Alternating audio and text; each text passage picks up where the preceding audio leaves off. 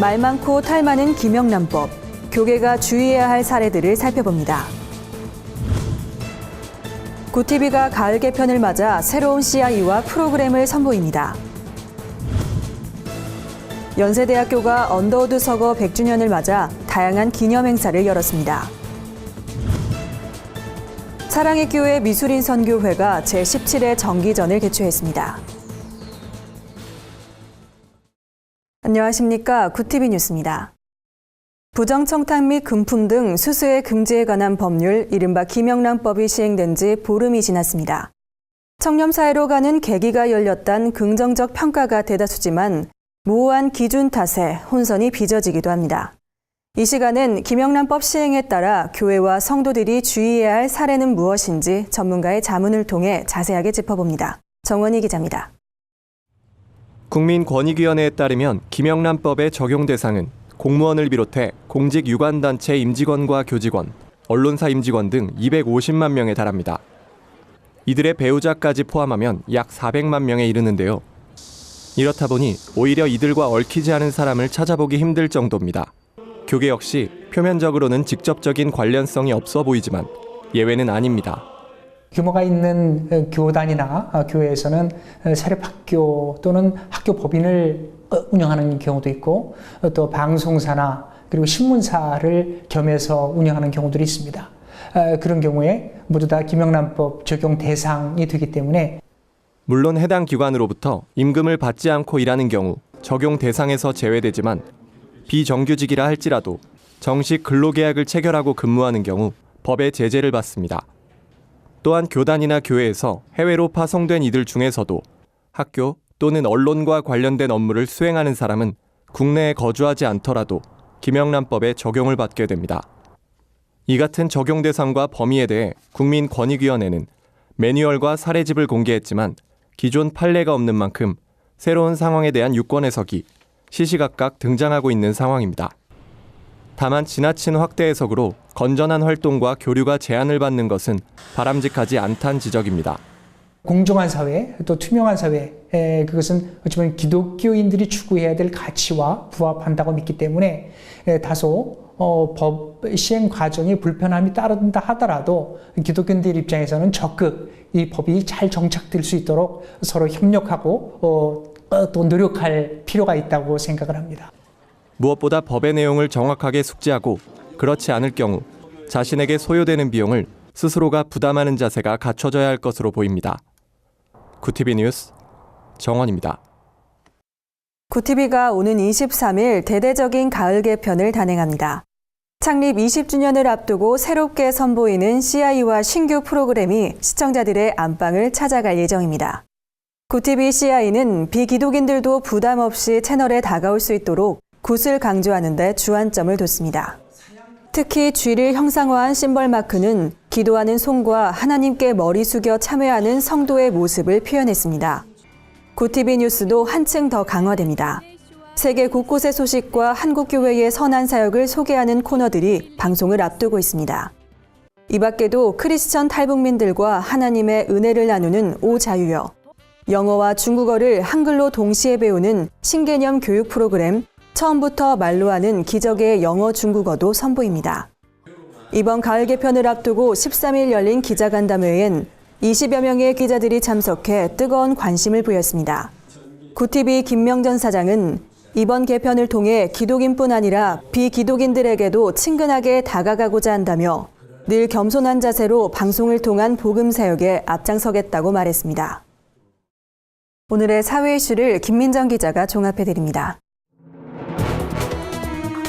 오늘의 이슈 포커스 김민정입니다. 중국 어선이 한국 해경정을 침몰시킨 사건을 둘러싸고 한중 양국이 팽팽하게 맞서고 있습니다. 외교부는 우리 해경이 사용한 추적권은 한중 양국이 모두 가입한 유엔 해양법 협약상 허용한 권리라며 이번 사건을 중국 어선의 공권력 도전 행위라고 규탄했습니다. 하지만 중국 측은 침몰 사고 지점이 한중 어업협정에 규정된 어업활동이 허용된 곳이라고 주장하고 있습니다. 우리 해경은 앞으로 중국 어선의 불법 조업에 대해 필요하면 함포 사격과 선체 충격으로 강력하게 대응하고 도주할 경우 공해상까지 추적해 검거한다는 방침입니다. 국민권익위원회가 공직자 간 경조사비 수수에 관한 매뉴얼 수정을 검토하겠다고 밝혔습니다. 직무 관련성이 있더라도 10만 원 이하는 주고받기가 가능하도록 한 건데요. 현재 청탁금지법 제8조 2항에는 직무 관련성이 있는 관계라면 대가성 여부를 불문하고 10만 원 이하의 경조사비라도 제재 대상이 될 수 있다고 규정하고 있습니다. 이에 대해 권익위 관계자는 경조사비 부분은 공직 내부가 아닌 외부인으로부터의 수수가 문제였다며 전통적인 미풍양속까지 해치는 것은 법 취지와 맞지 않는다고 했는데요. 향후 논란은 계속될 것으로 보입니다. 한국과 코스타리카가 북한의 핵 미사일 도발과 인권 유린 문제에 대한 공조를 강화하기로 했습니다. 박근혜 대통령은 우리나라를 방문한 루이스 기에르모 솔리스 코스타리카 대통령과 정상회담을 갖고 이같이 의견을 모았습니다. 또한 두 정상은 양국의 우호 협력 관계를 포괄적 협력 동반자 관계로 한 단계 격상하기로 합의했습니다. 박 대통령은 북한 정권의 핵 보유 의지를 꺾는 데 적극 지원해 줄 것을 당부했고, 솔리스 대통령은 북한 비핵화에 적극 앞장서겠다는 뜻을 밝힌 것으로 전해졌습니다. 계속되는 취업난에 이른바 묻지마 지원을 하는 구직자들이 늘어나고 있는 것으로 조사됐습니다. 취업 포털 사람인이 인사 담당자 464명을 대상으로 실시한 조사에서 응답자의 절반 이상인 59.5%가 최근 1년간 묻지마 지원자가 늘었다고 답했습니다. 전체 지원자 중 묻지마 지원자의 비율은 평균 41%로 집계됐습니다. 묻지마 지원이라고 판별한 근거로는 지원 분야와 기업명을 잘못 기재했다, 자기소개서와 면접 태도 등이 성의 없다, 지원 직무에 대한 이해가 부족하다, 직무와 관련 없는 스펙을 기재했다 등을 꼽았습니다. 이번 20대 국회의 첫 국정감사가 최악의 평가를 받았습니다. 전국 각 분야의 시민사회단체가 참여한 국정감사 NGO 모니터단은 올해 국정감사의 중간 성적은 F학점이라며 F학점은 국감 모니터를 시행한 이후 18년 만에 초유의 사태라고 밝혔습니다. 이들은 20대 국회가 원칙도, 대화도, 타협도 없는 참담한 국회라며 감사도 안 하면서 피감 기관을 불러놓고 정쟁을 하고 죄인 취급, 모욕, 호통하는 것은 여전하다고 호평했습니다. 구체적으로 여당에 대해서는 김재수 장관 해임 건의안 처리에 따른 국회 보이콧이 무책임했다고 비판했고, 야당에 대해서는 북한 핵미사일 위협과 지진, 총파업과 같은 급박한 현안보다 미르, K스포츠 재단 의혹에 몰입했다고 지적했습니다. 구티비 뉴스 김민정입니다. 연세대학교의 전신인 연희 전문학교를 세우고 세문안교회와 YMCA를 세운 언더우드 선교사. 그가 뿌린 복음의 씨앗은 오늘날 한국교회 성장의 귀한 밑거름이 됐는데요. 올해 언더우드 선교사 서거 100주년을 맞아 연세대학교에서 다양한 행사를 마련했다고 합니다. 홍희연 기자의 보도입니다. 언더우드 선교사가 하나님의 부름을 받은 지 꼭 100년이 되는 10월 12일. 연세대학교 교정에서 그의 헌신을 기리는 기념 행사가 열렸습니다. 이번 행사는 언더우드 선교사가 이 땅에 뿌린 헌신과 사랑을 기억하고 그의 정신을 본받아 한국교회가 새롭게 도약하는 계기를 만들기 위해 열렸습니다. 그 당시에 감리교, 장로교 여러 교파들이 합해서 연합해서 모든 활동들을 하셨습니다. 아마 그 정신이 지금 서거 100주년을 맞이하면서 우리 한국교회도 이렇게 분열된 모습이 아니라 서로 연합해서 좋은 일들을 하고 선한 영향력을 끼치는 그런 의미가 있을 거라고 생각이 듭니다. 기념행사는 해외 선교사의 사역을 격려하는 언더우드 선교상 시상식을 비롯해 기념 전시회, 언더우드가 본국에서 직접 가져온 나무에 묘목을 심는 식수 행사 등의 순서로 진행됐습니다. 기념 전시회에는 언더우드의 선교 활동을 담은 사진과 유물, 그림 등이 전시됐습니다. 특히 고종 황제가 직접 언더우드에게 하사한 것으로 전해지는 사인 참사검이 전시돼 눈길을 끌었습니다. 행사에는 언더우드의 후손 27명이 참석해 의미를 더했습니다. 이들은 할아버지 언더우드가 일군 연세대학교 교정을 보면서 감탄을 자아내기도 했습니다. 한편 언더우드 기념 전시회는 연세대학교 100주년 기념관에서 열리며 오는 25일까지 관람할 수 있습니다. 구티비 뉴스 홍우연입니다. 사랑의 교회 미술인성교회가 마음에 담긴 말씀이란 주제로 제17회 정기전을 개최했습니다. 이번 전시회엔 23명의 성교회 소속 작가들이 참여해 하나님의 은혜와 구원의 감격, 일상의 감사를 표현한 작품들을 선보였습니다.